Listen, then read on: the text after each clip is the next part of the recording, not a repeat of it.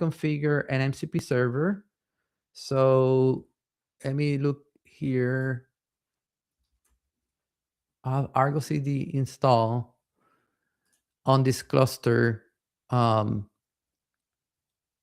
I will bring up the UI so people can see it. But for K-Agent, let me see how I configure the MCP server. So I have a KMCP server. I think I can do. I don't remember if it was a. I'm looking at the wrong thing. MCP servers. This is the YAML. So yeah, this is the YAML for an MCP server. So last time we saw like there's a remote. I'm going to see that in the GitHub. So you create this YAML like MCP server. I'm using this MPX. So I think we talked about last time. So it's going to use a node container, and then inside this spot, there's going to be the agent gateway. It's a proxy that it will start this process of the standard IO npm server, no npm, sorry, MCP MCP server, and so it will like these are the commands that basically get launched in that inside that first container, and it has a second container called the agent gateway, and then you basically for this we tell her like there's a secret with the configuration of the token. So you for Argo CD you have this MCP server talks to the Argo CD. So so for example, this one comes from npm. I can put npm here, registry. So this is what is running. This MCP Argo CD MCP server. So that's the MCP part. And then I configure a token, and I configure the URL where that Argo CD is. So if you are running an Argo CD that is inside the same cluster, but the Argo CD can be living in a control plane cluster, like control plane cluster, hub and spoke. So it doesn't matter where it is because this MCP server will go through the REST API of Argo CD. So let me. So if I do kubectl apply of this YAML, which I already did, this is a CRD. So I can do k get MCP server -n k agent, right? And it will be here. This is the Argo CD 60 days ago. It looks like this is the YAML file. If you want to see, once you do the kubectl apply, the controller, I think the KMCP controller will create the pod. So there's a pod, sorry, there's a pod or a deployment. Let me check. Does people know if it creates a deployment? For Argo CD. Where is it? Yeah, it creates a deployment. Let me see. I'm not seeing the chat. If people are asking questions in the chat, I don't see it. So speak up. You guys want to see what is in the deployment to see what it creates under the hood? Put it in the chat. If not, I will not show it and continue. Somebody in the chat? Okay. So that's typically what I like to do when I run these things is like, I want to know like what happened, right? So there's a CRD. You tell the controller takes this CRD and creates a deployment, and it creates a service. So let's take a look at the deployment. And this is all stuff that is not in the docs, by the way. So it's you as you learn Kubernetes, you start like inspecting things and where to look for things. So I think it's a good skill to have. So if we do k edit, right, -n k agent, and we do Argo Let me see if it does autocomplete. Oh, deployment. And now Argo CD, MCP server. Basically, I just want to see the YAML and I want to see in colors. So I put this on the side. So it creates a deployment. It creates with this configuration replicas. So this is something to take into account as you learn these tools. Is my personal opinion is Kagent is a good starting point, but once you go into this pod, you have to add more things into it, like any other configuration in the pod spec. Kagent doesn't give you that ability, so you can use it for getting started. But at the end of the day, what is running is this thing. So you can just take this and create a deployment.yaml and launch it, and it's a MCP server listening on a URL on a service. So as you can see, it took the base URL that we put in the environment variables. It did env for that secret. So any secrets that you put in the CRD, as you saw, right? These are the two information I put there. And these are kind of like some of these things are default, but it creates let me see, two containers. So this first container, as you can see, it runs the agent gateway. So the gateway is a proxy that sits in front of the MCP, and then this gateway program is the one that is going to run npx. It's going to start the standard IO process or Python program or whatever command that you give it. Like agent gateway will run it and then expose it as a streamable HTTP, and it will take the configuration from config local.yaml, and it has an init container. So basically, the init container, what it does is it runs the agent gateway and it copies a copy of the binary into the main controller. So, and I think I misspoke. I think I said two containers in this pod. Like this pod only has one container, so I misspoke. So the base container in this case is the images node. So it's just a node image with Alpine that we will run the npx command. But the process that runs inside this node is actually the agent gateway, not the standard IO. The gateway would take the information from the local.yaml, which has the MCP configuration, and it would just run the program, npx or uvx, and expose it on a port. So actually the container is the node. This init container is going to copy the agent gateway into that folder. So through a volume mount, which is tmpfs, right? On config, it would configure that. And then there's a config map called Argo CD MCP server that has the configuration for the local.yaml. So I think the next level is how the agent knows what. So as you can see, this is very generic, right? It has this environment variable, has this secret, is running node, and is running agent gateway. But what does agent gateway runs is this local, where is it? This local.yaml that comes from config, /config, that comes from this volume mount. That /config comes from this config map. So I think that's it for that. Any questions on that? People follow along? So I misspoke when I said like two containers. It's one container running the agent gateway. And then the next thing to inspect will be the that config map. So let me show you the config map. Get config map -m -n kagent, right? And there should be one for Argo CD. So I can do edit, I guess, config map -n kagent. And voila, this is that gateway or proxy is running this. So this configuration is what you will find in this project. Let me see, called the agent gateway. me show you this.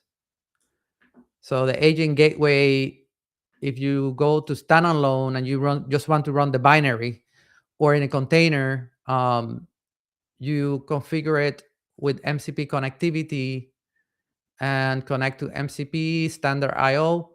So basically, it's running the agent gateway program or binary with this configuration, right? It's an MCP and it can talk to a standard IO with the MPX. So what's happening behind the scenes, the K-agent is automating this. So um, you can see here the target is MCP server, the command is MPX, it's standard IO, and it passes the environment variable as an environment variable to this, which I would argue that is not needed because we saw it in the deployment. Is that correct? Can somebody confirm?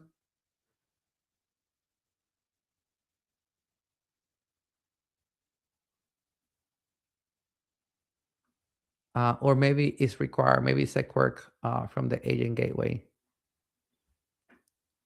Can people put it in the chat if they follow along, just to make sure that no one is lost? Or speak if you're following along. So this is the configuration of that agent gateway. And then it gets supported in port 3000. So there's a service, kget service -n kagent, and there should be an MCP Argo MCP server on port 3000, and that's the MCP configuration. So if we start the kagent port forward, I can bring the kagent localhost 8080 and basically do view MCP servers, and then the Argo MCP server will be here. So this is the MCP server. These are the functions that it gets back, like list application, sync application, get resources, get application events, delete application, create application. So I'm not going to show it now, but last week I showed how to use the MCP inspector I can port forward the MCP server, use MCP inspector, and then inspect it, and then try these tools. These are just tools, methods, or functions. And that way, if you're creating your own MCP server for your project, you can like troubleshoot it, and then it's very useful to do that.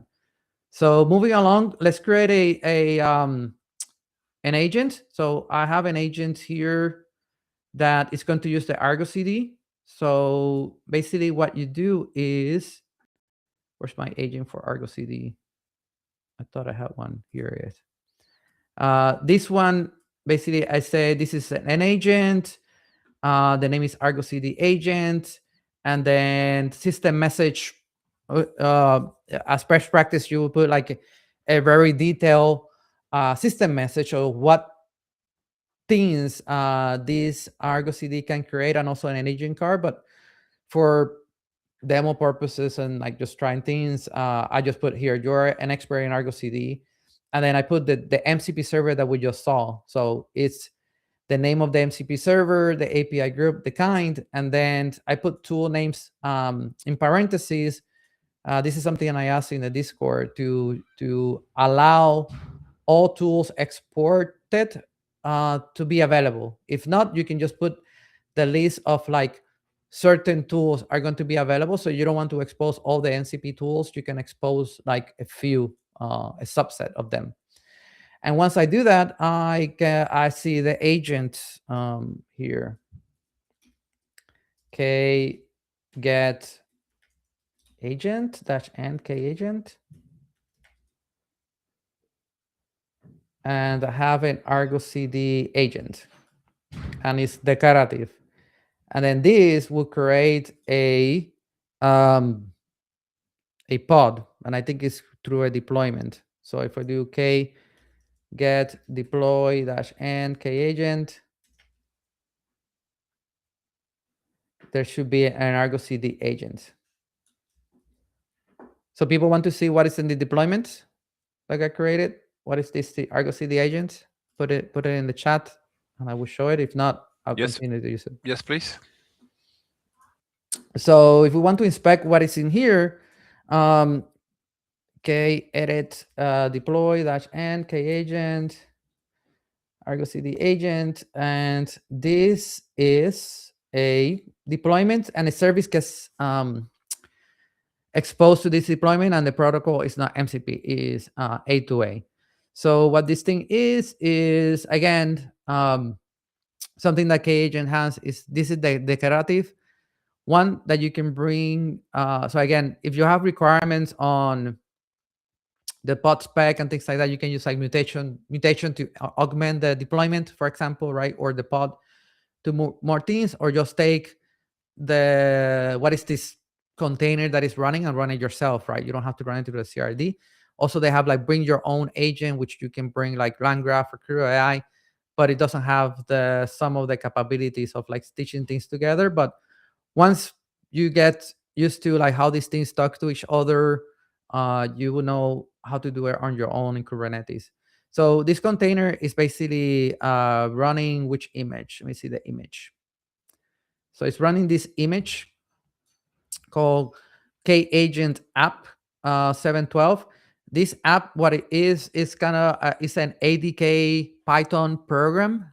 It's a standard one that they have, and that's the framework that they're using for the runtime. And basically, they give it a K-Agent name, which matches the service account name. What is the URL? So it can expose like I'm available at this port. So it kind of needs to know like when you expose A2A, you have to export in the card what is the URL to reach me. The namespace, I don't think that's very important.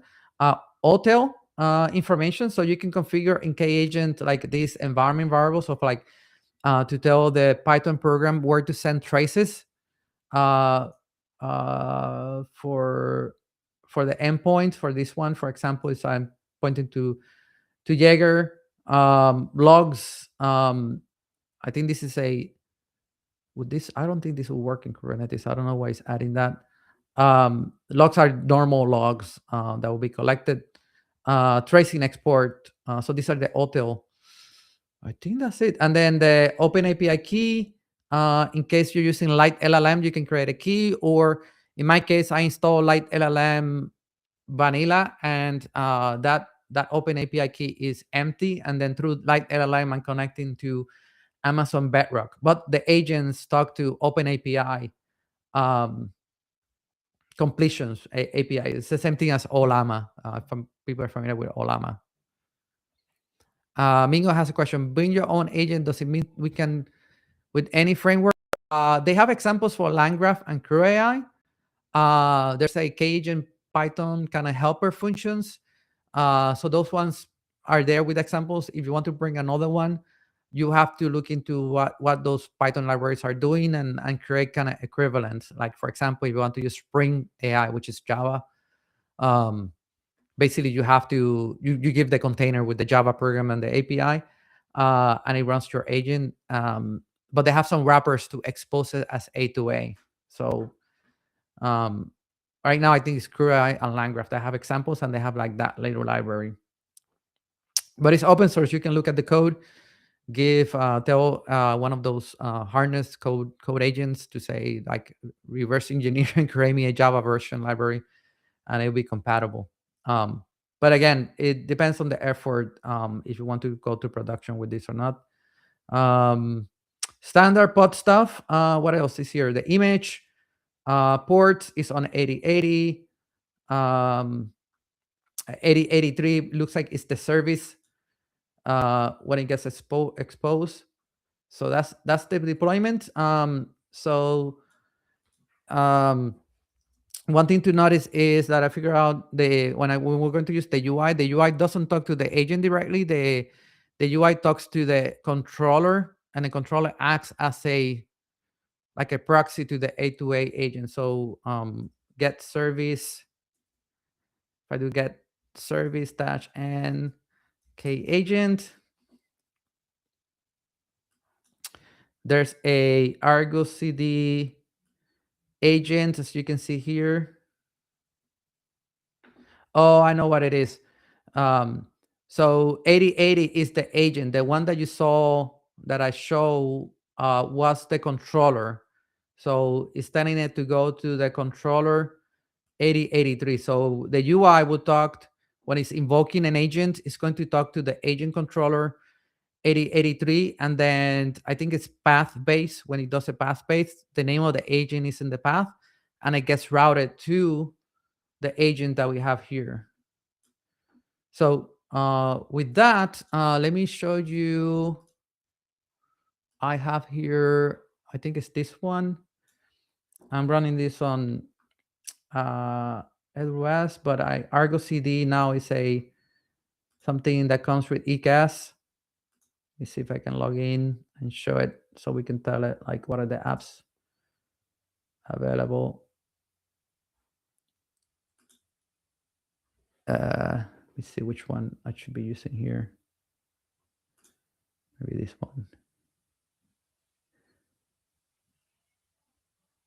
So this is managed Argo CD on EKS, but the MCP server connects, as you saw, it connects to the Argo CD URL, which is this one for the API, and I created a token. So it doesn't matter where Argo CD is running, that MCP server is going to talk to this, and then the token that I have is only for projects. This project is different, which is, where's the project here? So the cool app is part of the project. Where's the project default? So only two apps are available in project default. So my token can only see those two. It cannot see the other ones. So if we go to the UI, right, and then there's the Argo CD agent here. The agent is using the MCP Argo CD, and I can ask questions, and the token is only exposed to the default Argo CD, so it will not see other things. There's a question, where is the MCP is self-defined? Oh, the MCP is here. I showed that in a minute ago. This is the YAML of the Argo CD MCP server. This is where it's defined. This is the Argo CD MCP server that is going to run this npm package and be exposed. And then I configure the agent to talk to the MCP server. And now if I want to talk to it, I'm using just this little UI that comes with the K agent. And I selected that agent. So I can select any of the agents that I have. But I'm selecting the K agent that is going to talk to this one. So if we ask something like, list the, this is very small, I guess, right? Can you see that? Put in the. There's another question about the tools. Is it able to use where, and if there, I can where and see their definition. So I think as I show that here. So this is the Argo CD MCP server, and then it can do things like create an application, delete an application, get the application events. So if you want to see the source code, that's in npm, right? You can download the npm, and it's in GitHub in the Argo CD community labs, the source code. So let me know if you want to know more what you're meaning on getting the definitions. So let's ask something to this agent that does. I didn't put a great message of like, you're an expert in Argo CD. So I can say, list the Argo CD, list my Argo CD applications, right? For example. And then this will talk to the controller. The controller will send to the agent. The agent would use a tool. You can see here, it's using this tool from the MCP server, right? List applications with these arguments. So since I wanted to list all the applications, then I got the result. It got all this JSON back, which is sent to the LLM, and the LLM will give you back a nice message for a human, right? So I can see the cool app and the Meetup demo app. So this one is located here, which is syncing this application. And I can ask things, a sync and healthy. So if I'm troubleshooting something with Argo CD, I can talk like, tell me the events or roll back or things like that. I can even tell it to sync, right? I can say sync the meetup application.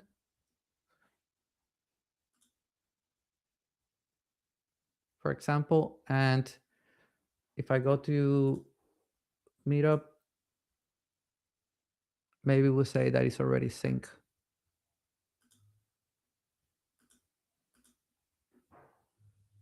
Where's the UI? It says the application is already sync with the desired state, no changes were needed. But if I tell it to sync, please do a hard sync anyway. Let me see what it would do.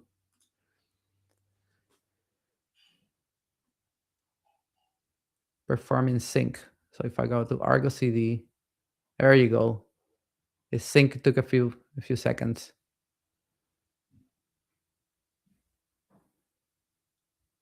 So that's how my agent, right, with natural language, can talk to Argo CD and everything. So let me see if I can say what else. Anyone?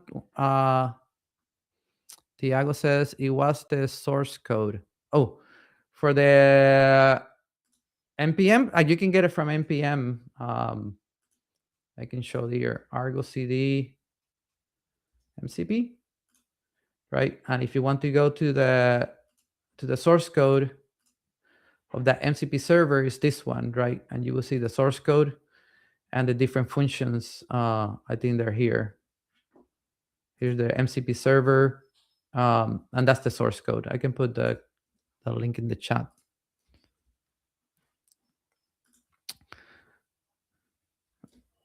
This one, okay. So this is how the agent. So this agent cannot do anything else, right? Cannot do anything to the GitHub repo, for example. But I can show. Let's take a look at GitHub on. If you are not using the MCP declarative, you can use the MCP server, and you can run your own. So, any questions on the Argo CD?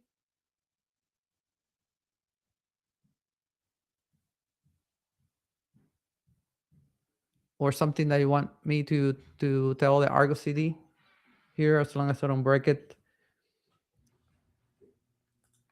Get application, get the resource tree.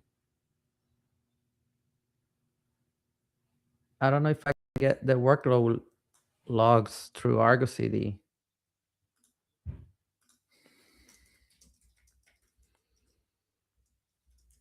Meetup app, meetup demo.